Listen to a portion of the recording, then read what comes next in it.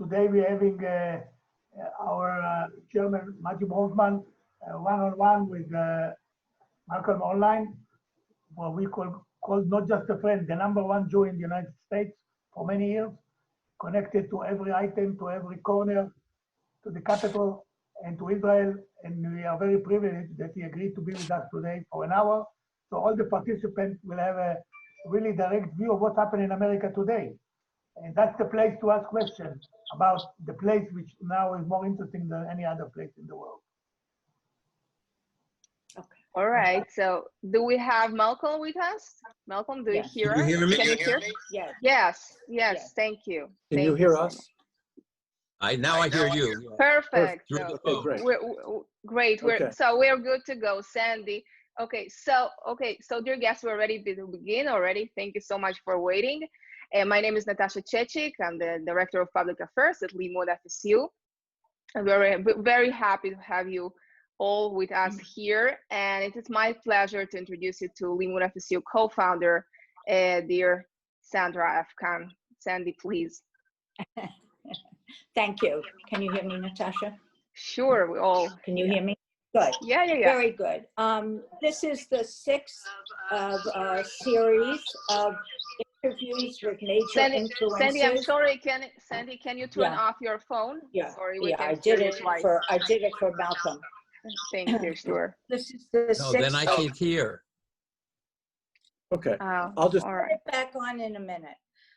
This is the 6th of a series of major interviews with worldwide influences in the Jewish world. And it's part of a huge amount of e-learning that's going on, mounted also by Limmud volunteers in 9 countries. Limmud FSU is a pluralistic volunteer-based program which connects young Russian Jews with our heritage through informal Jewish education. We are thrilled today to introduce Malcolm Hoenlein, who is not only a friend of mine, a personal friend of mine, but I think the #1 orator who understands the Jewish people in America, throughout the world, and Israel. He's our go-to person when there's a crisis or a situation that needs to be explained.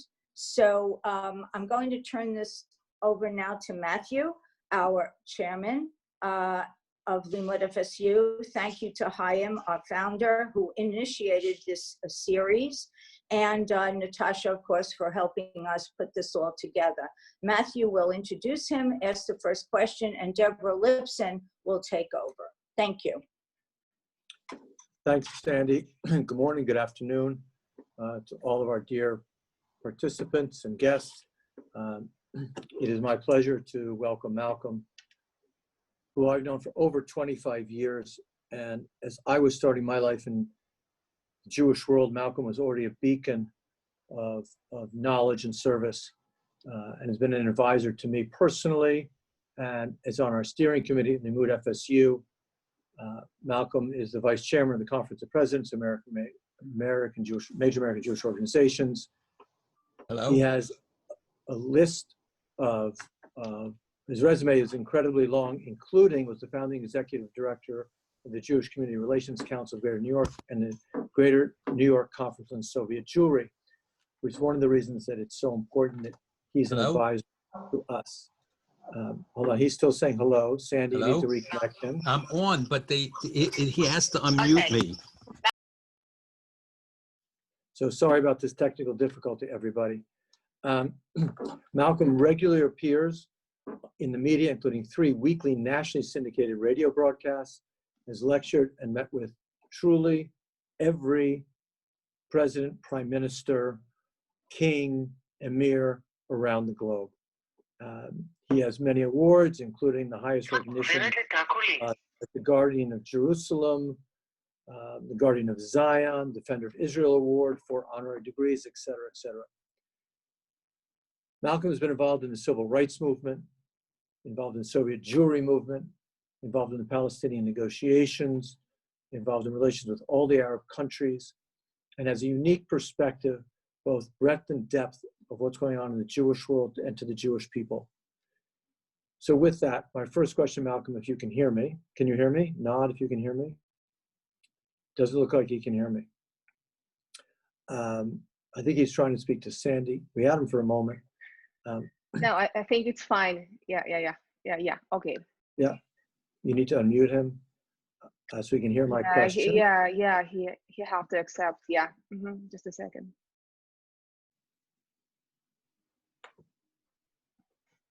Malcolm, can you hear me?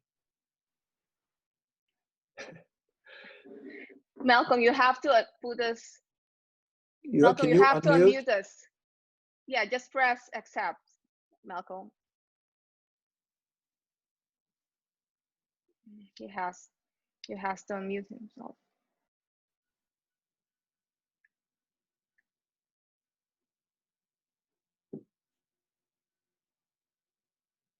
Thank you for your patience, everybody. I'm sorry about this. Sandy, All right. If you were with Sandy, us Sandy, can you please ask Malcolm to unmute himself, please? He's trying, I think. I am trying. No, I hear you. Okay. All right, why don't you do All right. it this way? Yeah. That's Okay. perfect. Yeah, that's good. Go ahead.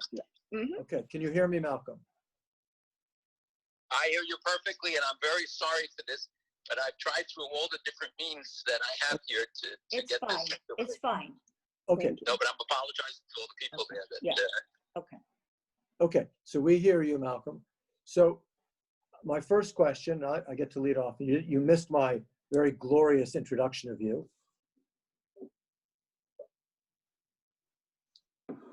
But now I can't hear you again. Sandy? Yeah, we lost him. Yeah.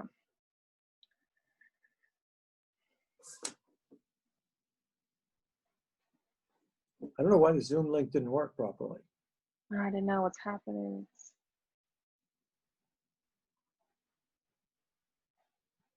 Sandy, ask him to unmute himself on the screen, on the computer. Here we go. Okay. Let's see. it Try. says the Yeah. host Yeah. has Yeah. to Okay. Okay. We're good. Yeah, we're good. Yeah. Leave me unmuted, please. Okay. Okay, But Malcolm. it says the host has to unmute me. We hear you. Right. Okay. It's probably some technical issue. Yeah. We hear you. We hear you. Yes. Can you hear me, Okay, Malcolm? can you Just see me fine. too now? Yes. Okay, Malcolm, can you hear me? Yes. I hear you well. Yes. Okay. You want to repeat So- the question? So I haven't even asked yet. So Malcolm, I've been giving you a beautiful introduction, which you've heard 1,000 times from other people.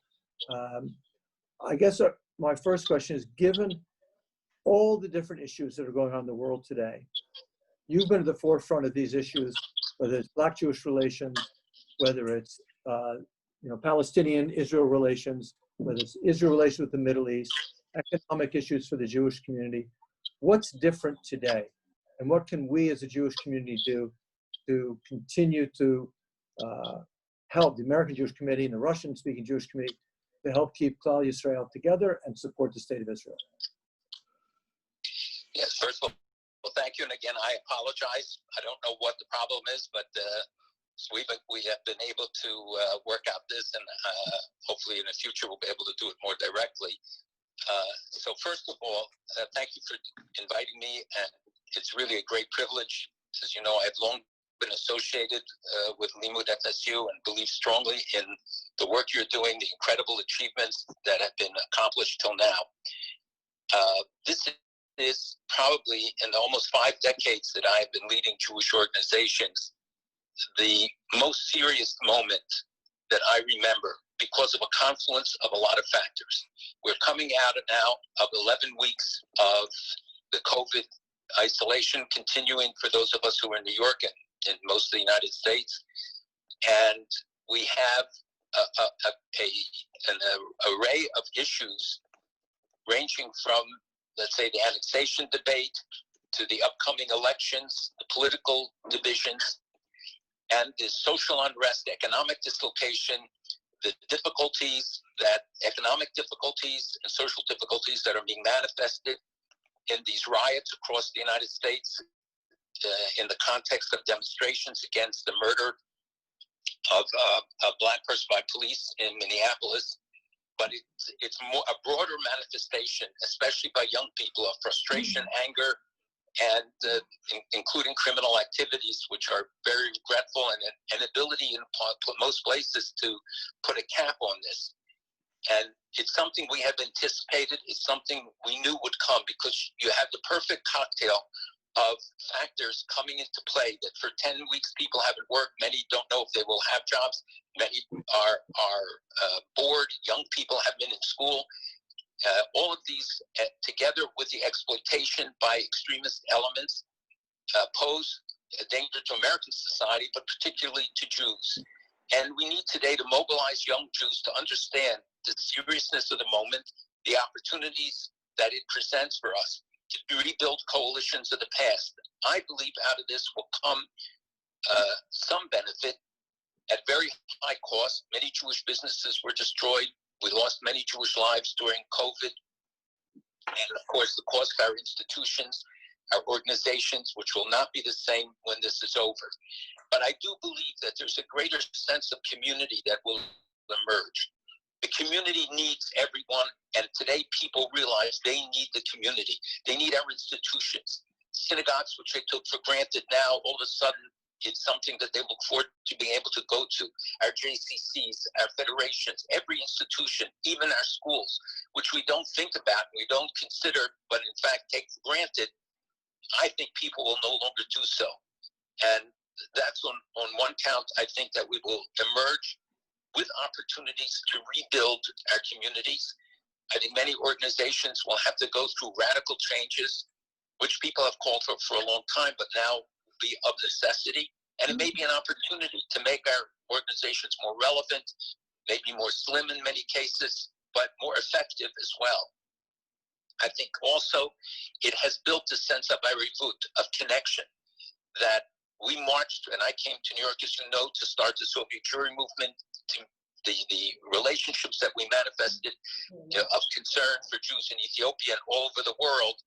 Today, I think there's a greater sense that we are part of that international coalition, that our concern when COVID was in Europe, or anti-Semitism in Europe, now that it's here, I think we all realize that this is Gesher Tzara, that the whole world is a very narrow bridge.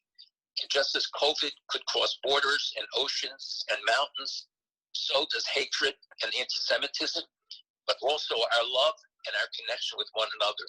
So I do think that there's going to be great opportunities for the members of Limmud FSU, for young people especially, to take a role to help heal a lot of the wounds that are going to come out of this, and to play a more effective leadership role in the future. Great. Okay. Deborah will ask you questions now.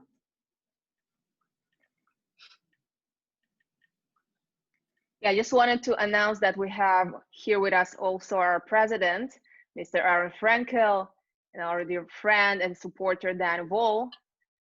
Debbie? Yeah, Debbie. I want to take your overview, Malcolm, which really brought everything together, and try and break it down into a number of component elements and see how many of them we can cover in the time that we have. A lot of people are talking about post-corona. You yourself talked about the fact that we are coming out of corona. Is it really true to say that we are? That's a very good question, and I don't think anybody has the answer. We consult all the time with leaders, with officials, medical officials, people in government, and I can tell you honestly, nobody knows. Nobody knows yet which medicines work. We don't have the vaccine, and all the anticipation from the experts I've spoken to is that we will have a second round. We don't know how strong it will be. We don't know, where it will strike and how broadly it will strike. Hopefully we've learned some of the messages about how to counter it by, the steps that we take.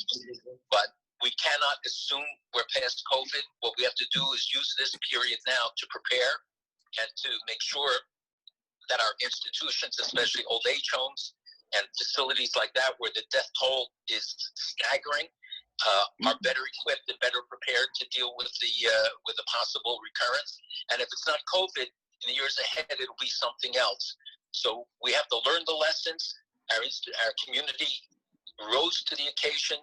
I think the amount of chesed is so remarkable. The things that were done, our institutions, and the federations, of course, in Lead and others, Met Council here in New York on Jewish poverty, but on the local level, how many efforts were made, how much money was spent to provide food and assistance and continuing to those who are victims. And that will be an ongoing burden. I don't think people yet understand the economic implications, the dislocation, the demands that will be felt at a time when our government is given trillions of dollars that will also have to be made up. So the answer to your question is we don't know. Thank you. In your overview, you said something about the emerging relations within the American Jewish community. You suggested that people will come to appreciate more the various community institutions. How do you think this will play out within the global Jewish world? One of the things that strikes me is that we always used to talk about a global village, and now perhaps we can talk about a village and we can talk about global, but the village is no longer global because everybody's scared of physical contact with the outside world.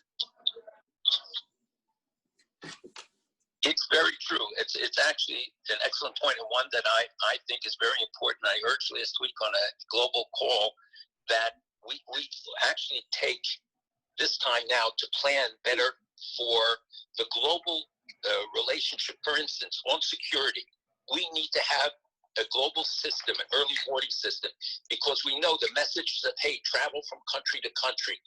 And we have an infrastructure today of security operations in many countries. So by taking advantage of this time to build a system where we can share information, best practices, learn from one another, I do believe the global aspect will be strengthened because we see that we're in this together. Kol Yisrael Arabim, that we're all responsible for one another because we all face the same challenges. The language may be different, the particular circumstances, but I think that the appreciation for the fact that only through cooperation and the centrality of Israel, which has capacities that none of us have. We're not governments. They have a Ministry of Health, they have a Ministry of Diaspora Affairs, a Ministry of Strategic Affairs, etc., all of which can play an important role. So I think that if we are able to come together and think anew about the nature of the relationships and how we support one another, it will have proven to be a beneficial exercise and one that will protect future generations. Let's drill down slightly further and talk for a few moments specifically about the relations between the American Jewish community and Israel. They are, after all, the two largest Jewish communities in the world. What's going to happen to those relations? Among other issues, for example, do you think there's going to be increased aliyah? Do you think the nature of the relations between Israel and America are going to change? Do you think there's going to be a change in the nature of philanthropy? And do you think that any change that there may be in the nature of philanthropy will impact on the relations between America and the Jewish state? I do think that that we will see an increase in aliyah. I do think that we will, that people took for granted our ability to go to Israel, that Israel will always be there, that we will have the institutions in place, that we will always be able to go there, that it will be there for us when we need it. Sorry. Am I muted? Or No. you can hear me? No, you're fine. You're perfect. I'm sorry, it just came up muted. So I think that there will be fundamental changes, that the interdependency will become much more apparent, and things that we took for granted, people will rethink. I think that there will be big challenges. The issue of annexation here is already a divisive and certainly debatable issue, even though we don't know yet what its true implications will be and what it will really mean. I think that there are other issues ahead when we face our own political conventions, which we are concerned about, the Democratic Convention certainly on Israel, and the other political ramifications of the upcoming election. So one, I think that there will be a greater sense of connection to Israel. I think Israel, I spoke this morning to one of the ministers responsible for it, and I can tell you that they are very cognizant and very much aware and concerned about this as well. I think we can educate each other. We can build ties with one another. I mean, stronger communities will have to stand up for weaker communities coming out of this. And the challenges that we will face, clearly global anti-Semitism will unite us, but will also pose challenges to us that we have to think about, and how are we more effective? I would say one of the areas that I'm very concerned is what we'll have on campuses where there's a lot of built up tension, and when they come back, we will see a lot of anti-Israel activity. Two questions, related questions that come from the audience. What do you think of the and we'll take them separately. Debbie, I'm sorry, Debbie. There are some people who wanted to ask directly, so if you. Oh, sorry. Yeah. Sure. Yeah. It's all right. Yeah. Which question you wanted to ask? Yeah. I was going to take the one from Chashi Skobach. Chashi Skobach. Okay. So yeah, Chashi Skobach. Hello. Chashi? Yeah, can you hear me? Yes, we can hear you perfectly well. Yeah. Okay, so Mr. Hoenlein, thank you for meeting with us. And I'm wondering, what do you think of the objections of the Jewish community in Judea and Samaria to the Trump peace plan? Do you think they're legitimate objections and fears? And what do you personally think of that aspect of the Trump peace plan? So that's my question. That's my initial question. Okay. So thank you. And I think the Trump peace plan is obviously going to be a very heavy issue coming in July. I'm not so sure that it will move as fast as people thought. I think it's very complicated, and you see the objections being raised, as you rightly note, from the right in Israel, but it's also being raised from the left and being raised here in the United States by various elements, including members of the Congress and others, security officials. It is a complicated issue. I think that right now we don't know the details. They haven't even finished the mapping. So it's very preliminary to talk about the full implications of it. But clearly, it is a decisive moment. The questions that are raised of whether we'll have another opportunity, if this opportunity is passed upon, is there a way of doing it in stages? Will it, let's say, do the Jordan Valley, where there has been always a complete consensus? What degree does it impact? I think there's a lot of misunderstanding about how far this goes. And the real opportunity is if the Palestinians would sit down and talk, I think all of these other issues would go by the wayside, and we would be able to arrive at an understanding. The problem is that Abbas is not willing to talk. He's in the 13th year of his 4-year term. There's already competition for his succession. He's 84, I think. So we're dealing with, and then of course is the political overlay here in the United States, because it has Trump's name, that will be automatic opposition and concerns about the situation in the region. The UAE has come out against it. Jordan has expressed reservations, yet we know that other Arab countries are in fact winking and blinking at this and sort of giving the nod to move ahead.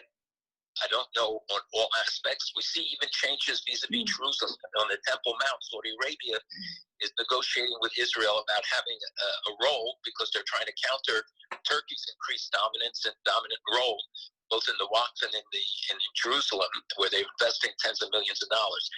What I'm saying is it's very complicated. There will be all sorts of issues raised by everybody, small interests, local interests, but also on the global scale. And we have threats to cut off cooperation on things like the Horizon 2020, which could infect higher education institutions and other things. So I think it's something that has to be approached with open eyes, clear understanding, welcoming the opportunity to make a change towards peace. But it has to be part of a bigger process that will lead ultimately to a solution, we hope. I want to hand over to another member of the audience who has a question himself, Ram Ozeri. Hi. Hi, Ram. Yeah. Thank you so much for the organizers for doing this interesting and amazing talk. It's an opportunity for me to hear from a direct source. What do people think about the situation? I'm kind of asking it from my narrow perspective. I'm the founder and director of the Jerusalem Biennale, which is a platform for contemporary Jewish art. We bring artists from all over the world to Jerusalem. And I wanted to ask, please, two questions.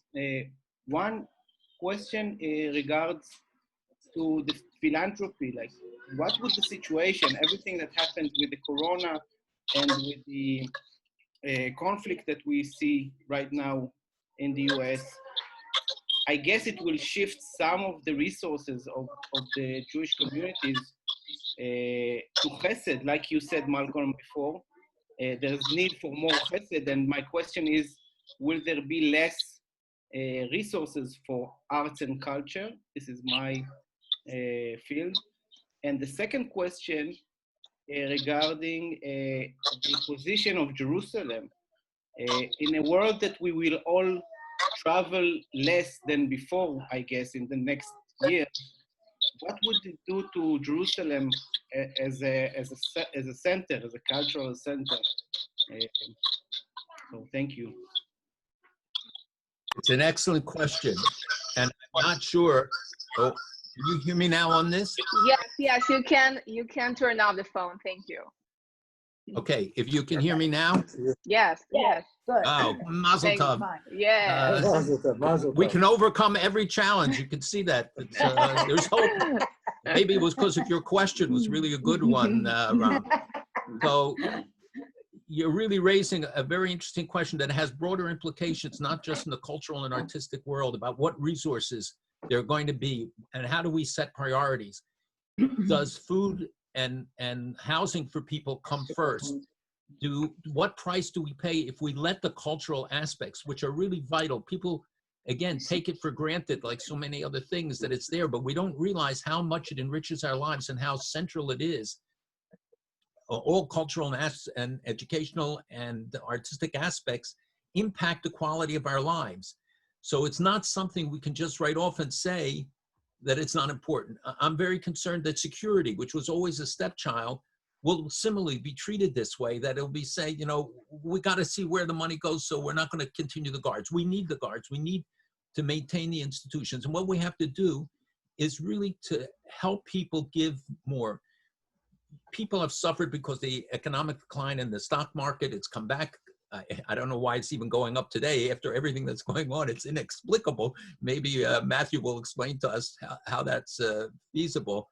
But you look at the list of institutions like JCCs in America, which provide cultural and educational and other opportunities, are in real trouble. The Orthodox Union to the Reform have laid off more than a quarter of their staffs. There are many changes. And again, I don't think we fully appreciate them or understand them as yet. I try all the time to try and anticipate, which is why I warned about this weeks ago, not because I know more, but people don't have time today to look ahead and try to deal with what are the ramifications as we come out of this for the institutions. So, and what we have to do is Jewish foundations have to reach in, maybe even take a small percentage of their principal and say, because of the emergency, and I know people have been extremely generous in supporting the food programs and other aid programs, and federations have given a lot of money, others have, but maybe it's an emergency time where we have to set up a global fund that will make sure that we don't lose these vital services, because you will not get them back. We learned from history that when places close down, they don't come back. And we're going to have a lot of unemployed professionals. We're going to have a lot of institutions under stress. So it applies to the cultural, artistic, educational, across the board. And that needs, and I would hope, and some of your people, Aaron Frankel's a guy who has a lot of influence. He can also play a role to make sure that we get the kind of leadership. And Matthew, and I mean this seriously, we need to get thoughtful people who will take this larger view and say, how can we help smaller communities, bigger communities, even the United States? I mean, our institutions face serious challenges. And that's why I'm so strong about the interconnection between communities, that we approach this globally, that we help each other. that, you know, when we went to celebrated Shavuot recently, we celebrated the giving of the Torah, and there was only one precondition that God set for the Jews getting it. It wasn't their observance level or anything else. It was when they stood ki ish echad b'lev echad, as one people with one heart, that each one felt what was in the other's heart. Then God said, now you're ready. And that was the one precondition of Achdut. This is a time where we need the unity of the Jewish people. And we can't let it be rent apart by political differences or others. Those all pale in comparison to the overall need of Jews of all kinds. And Russian Jewry today is in a position to make a unique contribution in America and around the world. And Limmud FSU is one of the channels for doing that. And I mean this seriously, not because I'm on the phone with you now, but because something I've said before. We have that great resource that needs to be tapped at this time. The next question is going to come from Chaim Chesler, and then after that from Jeremy Pocock, and I hope we'll have time for lots more because there's questions coming all the time. I don't hear what's going on. Chaim, yes. Yes, Chaim. How you hear me? Now we hear you, yes. Okay, good. My question is, it's more about the current situation. I don't hear. Wait, Chaim, wait. Hi, we lost. Okay, now, okay, Malcolm lost the sound. Just a second, Chaim.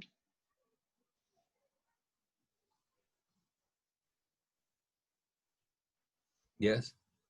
Chaim, can you hear? Okay. Chaim, speak. Now I can hear. Okay, Chaim, hear. Chaim, you can my continue. question is a much broader question about the African-American citizen and the Jews. I know you were a central figure in the last 40 years in American Jewry. Look, we have days that Martin Luther King marched together with Rabbi Eshel. And there was a great joy of Jews and African-American. I need to hear through you. I can't hear it here. It's not. Chaim, just hold on a second. We will probably have to repeat the question. Chaim, can you repeat please the question? Sorry about that. I want to ask you, somebody which involved in American Jewry for the last 40 years, at least. There were the days that Rabbi Eshel marched together with Martin Luther King and fighting for freedom for everybody. It was a great relationship with African American and the Jews. Nowadays, it looks like a little bit different, and sometimes it's very embarrassing. I know many of you right here. Maybe half of you are from New York. I know many of you personally.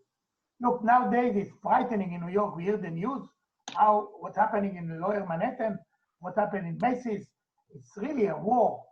And that's one factor. But the main factor is, what worries me, that a synagogue was burnt in New York, and a big celebration of all the mob happy that, like in Germany, that the synagogue was burnt.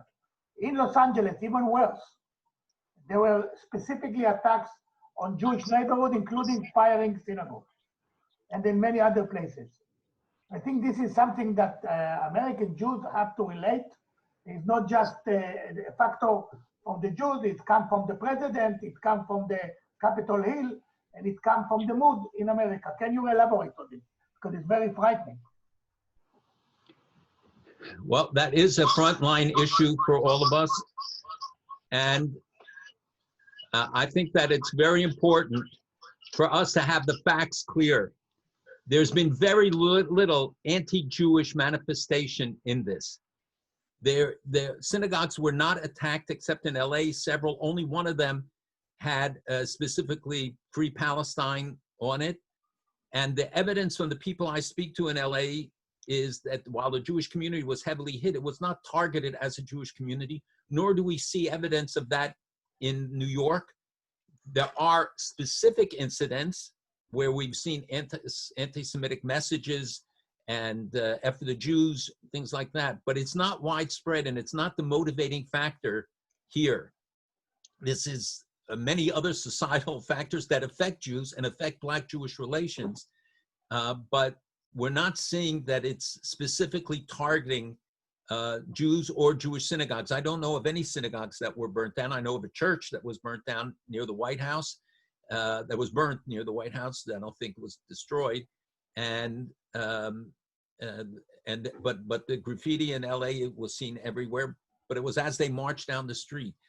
So we have to make sure that, you know, the facts are correct. Clearly, the intersectionality movement, where they try to connect BDS to this, is operative. We know it is. And we know that Iran and others are exploiting this issue. And it was inevitable that when you have this kind of social unrest, that's the perfect opportunity for the anti-Semites from the right, from the white supremacists, who are less in evidence, to the anti-fascist Antifa movement, which has strong anti-Semitic elements. So it is an undercurrent that we are watching, but it has not been a motivating factor. And in fact, many young Jews, I think, have joined in these demonstrations. If you look, you see many white people have joined. But more than that, we have invested a lot in building the coalition with Black community leaders and others over the years. And we saw it in Far Rockaway last night, where the Black leaders got up and thanked the Jewish community at the demonstration for their support and for coming out, saying you didn't have to be here, but you're here with us. And that was a peaceful demonstration in a Jewish Black area. So it's not one size fits all. It is a message again to us that we have to rebuild a coalition. You, better than anyone on the phone, remembers how we built coalitions for Soviet Jewry, Blacks for Soviet Jewry, Hispanics, every ethnic, every professional, every other group. We have to go back to some of those fundamentals, building, but not where we say, what can we do for you? It's what we do for each other, that we have to stand up for each other when the cause is right, and to be critical when the necessity arises as well. The next question is from Jeremy Pocock, who wants to ask it himself. Yes, Jeremy. Deborah, thank you. Hi. And Malcolm, thank you. Can't hear you guys. For Malcolm, your advocacy for the Jewish people in the state of Israel through entire life. Malcolm, I want to take you in a bit of a time machine back to the 1980s. You were a leading figure then with the Free Soviet Jewry movement. Could you share with us, what were your hopes and dreams in the 1980s and leading up to the March on Washington in December of 1987 for Russian-speaking Jews in advance of what world Jewry has now experienced with the modern-day exodus that's led to 750,000 Russian-speaking Jews living now in North America? What were your hopes and dreams then, please? Stay on, Sandy. I'm just going to mute it. Can you hear me? Yes. Yes. Yes. Yes. Thank you for the question, and thank you for your comments. The truth is that I started in the Soviet Jewry movement in the 60s as a teenager. I was born at a very young age, so I started then, and came to New York in '71 to start the New York Conference on Soviet Jewry together. And Chaim certainly remembers others. Matthew's family was involved for all of the years. And I tell you the truth, at that moment, we could not have thought that the outcome would be what it is. And it's unfortunate to me that especially young Russians, have no clue about the Soviet Jewry movement, but young Jews generally have no clue about it. And my fear is that, that important period will be lost, and that we will lose the message of what Jews can do when they stand together. Many other people suffered in Russia, Baptists, others, but you didn't see people marching here for them. That Soviet Jews made glasnost possible. They made perestroika possible. The things that have happened are not even things at that time we could have dreamed of. Now people say, oh, only 1 million Jews came out of Russia. And it's something that people take for granted. When you ask them, do you know who Sharansky is? Young Russian Jews, and I spoke to a group of a couple hundred professionals. They didn't even know, aside from 4 or 5 of them, and certainly didn't know about all the efforts, because it shows what the magic Jewish formula, that people kept saying it was a conspiracy. They were right. There is a Jewish conspiracy. It's one of love and of caring. And the dream was fulfilled when we saw that the gates opened, but there were 2 parts. One was to let them leave or let them live as Jews. And we see now in Russia that you have a vibrant Jewish community with Jewish institutions, and that Jews have come out and are free to leave to fulfill their aspirations, hopefully Jewishly, hopefully in Israel, but wherever they go. And I think that the dream isn't over, that we need more to involve and to find the right place for young Russian Jews and who came from Russia, or their parents came from Russia. We already have a second generation, hopefully third generation, and to see them integrated, playing a constructive and leadership roles, as many of them have in our community, in the stock of our community. We see it in the fight against anti-Semitism, where Russian businessmen are playing a key role. That was a dream that we had all hoped for, that we would see them, along with Ethiopian Jews and Iranian Jews and Iraqi Jews and Yemeni Jews, all of them be able to come home to the Jewish people. And we take it for granted. It's a mistake. This generation, unfortunately, doesn't have these causes because of our successes, but we can't take it for granted. And we see today these reminders that we need the kind of unity that was manifest then, the kind of concern, the kind of involvement, people devoting their whole lives to this. I mean, I know people lost their jobs because they had spent so much time on the Soviet Jewry movement. So I would urge that, we rekindle that spirit. I think Russian Jews saved more American Jewish kids than we saved of theirs, because the movement ignited young Jews, brought them back to the community, older Jews as well. And we need to have the kind of altruistic commitment and devotion now as we face the challenges that I outlined before. Thank you. Malcolm, I want to take you back to activism today and ask two related questions from the audience. What are the three most important actions that American Jews can do to show solidarity with the African American community today? And related to that, how should the Jewish community deal with the group Black Lives Matter in order to support important change while not supporting an organization that still has lies about Israel, like genocide leading to anti-Semitism in their platform? So I think that, you can hear me? I think that you're raising a complicated question, and it's a complex relationship. In most communities, there is an amicable relationship between the Black community and Jewish community. Many of the young people don't know the history and role that the Jewish community played in the civil rights movement, and I don't think it's something we should keep throwing up, because I think it builds resentment sometimes. But we are working, and the Jewish community is disproportionately still giving assistance and involved in efforts to have a more equitable society and to benefit Blacks, but Hispanics and others as well. It's not always reciprocated, and we have deep concerns about some of the leadership and some of the others, and still the flirtations with Farrakhan, and we can't dismiss that. We can't, overlook it. It has to be part of an honest dialogue, and where they can raise concerns about things that they see in the Jewish community. Black Lives Matter is of concern because they bought into intersectionality. It's not the whole movement, and it's not everybody in it, and a lot of the leadership, I know have been talked to.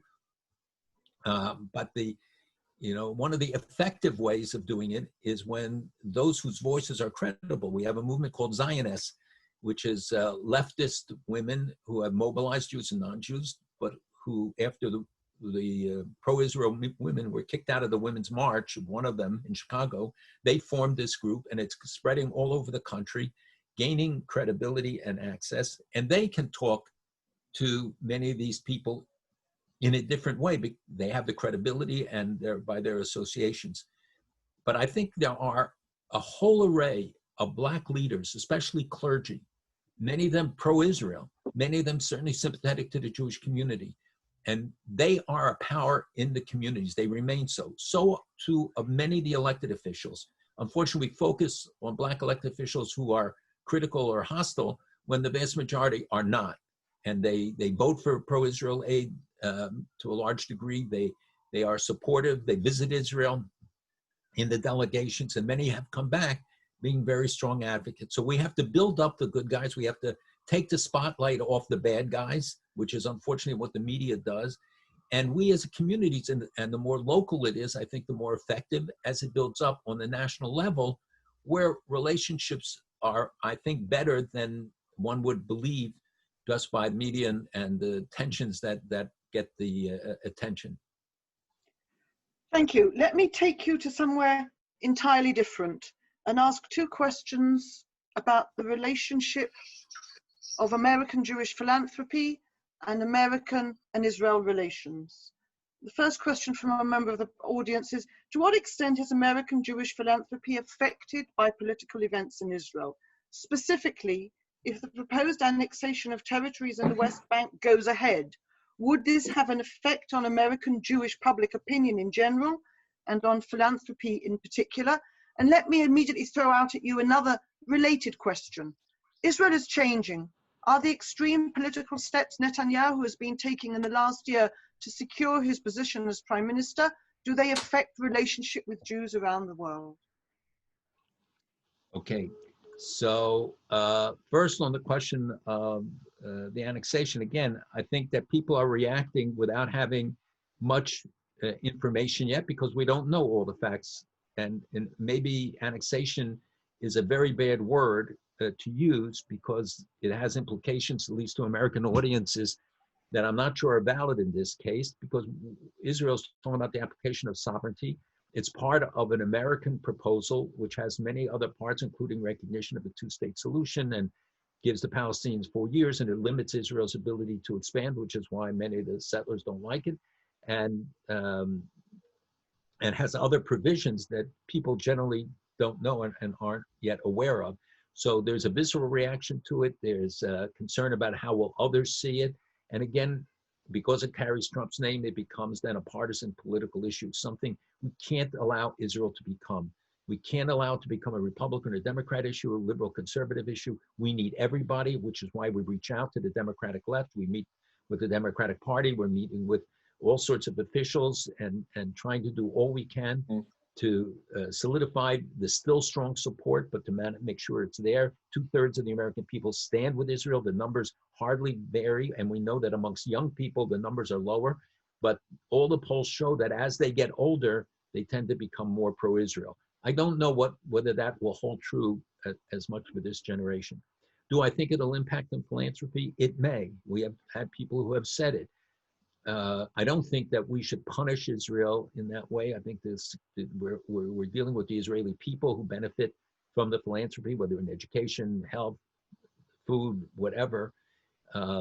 So we're not punishing them. People can disagree with the governments of Israel, left or right governments, but they first have to get the facts. They have to know exactly what is being proposed, what the government plans to do. I don't know if they do. There is a broad consensus in Israel. If we respect the democracy, it says, you know, the polls show that there is an overwhelming support, certainly in the Knesset, for a deal based on, or progress based on the Trump proposal. And so that will play out. I hope that especially now, those who want to contribute, you can target it to institutions that you like or you want to give to. But I think that the concern is a valid one, and we have to see how it plays out. This would be the worst possible time to withhold funds and not to be supportive of one another. And remember, Israel is doing a lot for Jewish communities around the world too, from security to assistance, investments for them in their communities that are very, very vital, especially in some of the smaller communities. I don't remember what was the second part of the question. Do we want to hand this over to Mina for her to ask her part? Natasha? What was the No, we'll move on. No. We'll move on. Debbie, okay, so yeah, let me move on to an entirely different question from Chaim Reis. Apologize if I've pronounced his name wrong, and he's going to ask his question himself. Yes, please, Chaim. Thank you. First of all, I'd like to thank Malcolm for his lifetime of work for the Jewish people, and to Chaim and Matthew putting this together. The question is this, everyone, it's obvious that we're faced with some challenges now, pandemic, riots, But there's one issue I think that's more fundamental, and I think that's the issue in the long run that's most challenging for the Jewish people, and that's assimilation. And I'd like to ask Malcolm, what is your opinion on how do we deal with this? I think the situation, as you know, everybody knows statistics, getting worse and worse. How do we do that? Well, that's it. That's the next seminar we could do on that question. It's obviously very key and central, in the degree of Jewish ignorance in our community continues to grow. And I think that we will have to, regardless of our intent and whether other priorities, we have to make our community more attractive, make Judaism more attractive. I believe and have always believed, when I started the JCRC in the 76 and certainly at the President's Conference, I believe in the smorgasbord approach to Jewish life, which means that we should be offering something that will attract everybody, that they will find somebody and something that they identify with, a cause, an issue, and that will bring them closer to the community to get to see the full richness, both of what we offer in our institutional communal framework, but more importantly, what Judaism has to offer. And that the answers that they look for in many other places, they can find in Judaism. And to educate the generation in a more effective way about what Jewish life is, what the beauty, and it shouldn't be, Holocaust education is critical, but it can't be the essence of what we teach the next generations. We have to give them a sense of the victory, the joy, the beauty of being a Jew, and of the tremendous opportunities there are for within Judaism to find something that will give expression to each individual's needs and the collective needs. And once they become involved, I find that they find much more of the beauty and things that maybe they got turned off with in their youth in some Hebrew school or something, and thought that was the essence and something they wanted to run away from. I think right now, on campus, off campus, there will be a much greater hunger for people to learn more, to become more identified, to become more associated. We see it on the hundreds and hundreds of webinars every week and seminars that young people and old people are tuning into. It's a way of them being connected to the community and learning. And I think that this should be a message for us after, as things settle down, that we not stop, that we double down on those efforts. I want to turn the microphone now over to another participant, Emmanuel, who wants to ask a question directly. Yes, hello. Emmanuel. Hi, Malcolm. Good to see you. We hope you'll make it to Israel by Sukkot. Me too. Now, there's a lot of talk about COVID, obviously, and now the riots in America and the annexation plan. But in light of all of that, it seems we have forgotten about one big elephant in the room, which is Iran. And I'd like to ask you, how do you view the Iranian threat now? I guess you have more information than us, how severely Iran has been hit by COVID and the economic measures. And of course, do you see a real chance for regime change in the near future in Iran? Thank you. I don't think that a discussion of any group of Jews today can't include Iran. So Emmanuel, thank you very much for raising it. Again, I hope you'll invite me back and we could do a whole seminar about Iran because its implications are global. It is such an intricate issue. So I'll start first with the internal situation in Iran very briefly, and that is the number of deaths is astonishing. There were 3,000 new cases yesterday in Iran. We know that there were hundreds of deaths. The number well beyond 10,000, maybe tens of thousands. We know that they dug mass graves because we have satellite pictures showing it. And that doctors and others who spoke to the press were arrested and imprisoned for doing so. So the real picture inside Iran is terrible. The economic conditions there are devastating. They just lopped off and will over the next 18 months implement it, but they just passed the law, 4 zeros from the currency. So somebody who had $50,000 will have $5. The the economic growth is zero. Their oil sales are almost nothing. They're giving away the oil to Syria, to Venezuela, and in Venezuela is giving them gold in return. That's why you have 5 ships from Iran just going there. Their provocations in the region are continuing directly and through Hezbollah in Iraq, in Yemen, in Syria, in Lebanon, of course. Lebanon is near economic collapse. The anger at the Hezbollah is very great. Hezbollah, because of the diminished support, closed about 1,000 offices in Lebanon, but they still have their officers and organizing Iran-backed militias in Syria, nearer and nearer to the Golan. And you know that there have been attempts to infiltrate across the border from Lebanon, from Syria. And that is the goal, and why Iran now near the Dara area is implanting groups that they have organized. We're working with the Syrian army, by the way. And obviously Israel monitors this very carefully, and it tries to limit the arms shipments. And while their people don't have food and don't have jobs, unemployment for youth is probably 50% today, and the economic conditions are continuing to deteriorate. The 40% of the economy is in the hands of the supreme leader and his house and the IRGC. So any benefit that comes goes to them. And they are counting on the fact that in October, the arms embargo ends.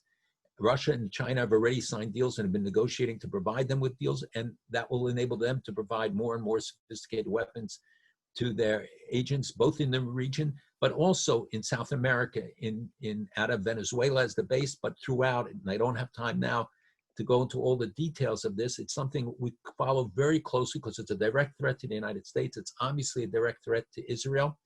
Recently, they launched an interballistic missile that put a small satellite in orbit. And people think that it's a spy satellite, which it probably is, but it's not sophisticated enough to yield good information. The purpose was to be able to launch a missile that could be, that technology transferred to intercontinental ballistic missile, which they're forbidden from testing under the agreements. So this is the way to bypass it. And we know that they are, again, violating all of the restrictions of JCPA.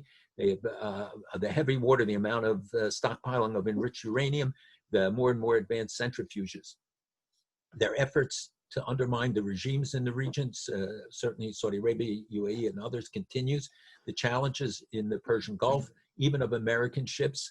And I think the only response to that is that we have to be very tough. They threaten Israel. This past week, you know, on the Ayatollah Khomeini talked about the final solution, and then he later, after a lot of flack, qualified and said, well, I only meant to kill all Israelis, not all Jews. But the poster that they prepared had people like Munir and Soleimani, etc., all of those who had been the terrorists who had been killed, and imposed on a picture of the Har Bayit, the Temple Mount. So there is no aspect of their fomenting hate. They're producing thousands of anti-Semitic websites. They're supporting a lot of the stuff that we see on the internet directly and indirectly. They are working in each of the countries, and by the way, beyond into Africa, and all the leaders we meet talk about it. They have operatives who have killed people in Europe and they get away with it. Now Germany outlawed Hezbollah, but it took them a long time. Some European countries still haven't, even though it's a direct threat to them. So they oppose the increased sanctions the Europeans, that the United States has imposed, but it does work, and it has had a really strong impact. The people want to get rid of this government.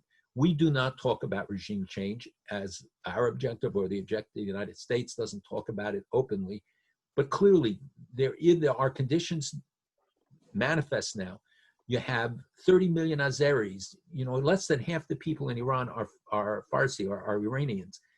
And many of these groups have been neglected and feel resentful. We've seen demonstrations, burning the Iranian flag, putting up the Azeri flag at football games. These may not sound significant, but believe me, they are. These are all indicators of what is happening in the country. Last year, there were 7,000 demonstrations. The Western press doesn't report them, but people put their lives on the line when they do it. They admitted now that 250 people were killed in November in the demonstrations. I can tell you it's a multiple of that. So there are opportunities. We got to keep the pressure on Iran. We can't back off. And I don't know what the future will hold in terms of the JCPA, and depends in part on who gets elected.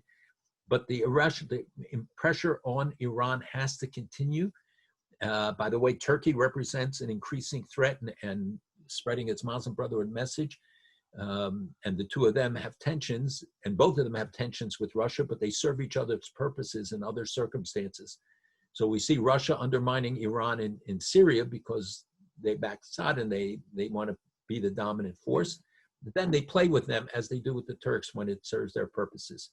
So it's a very complex thing. I can only do this in shorthand, but clearly Iran has to remain at the forefront of our agenda despite all the distractions and other issues we have.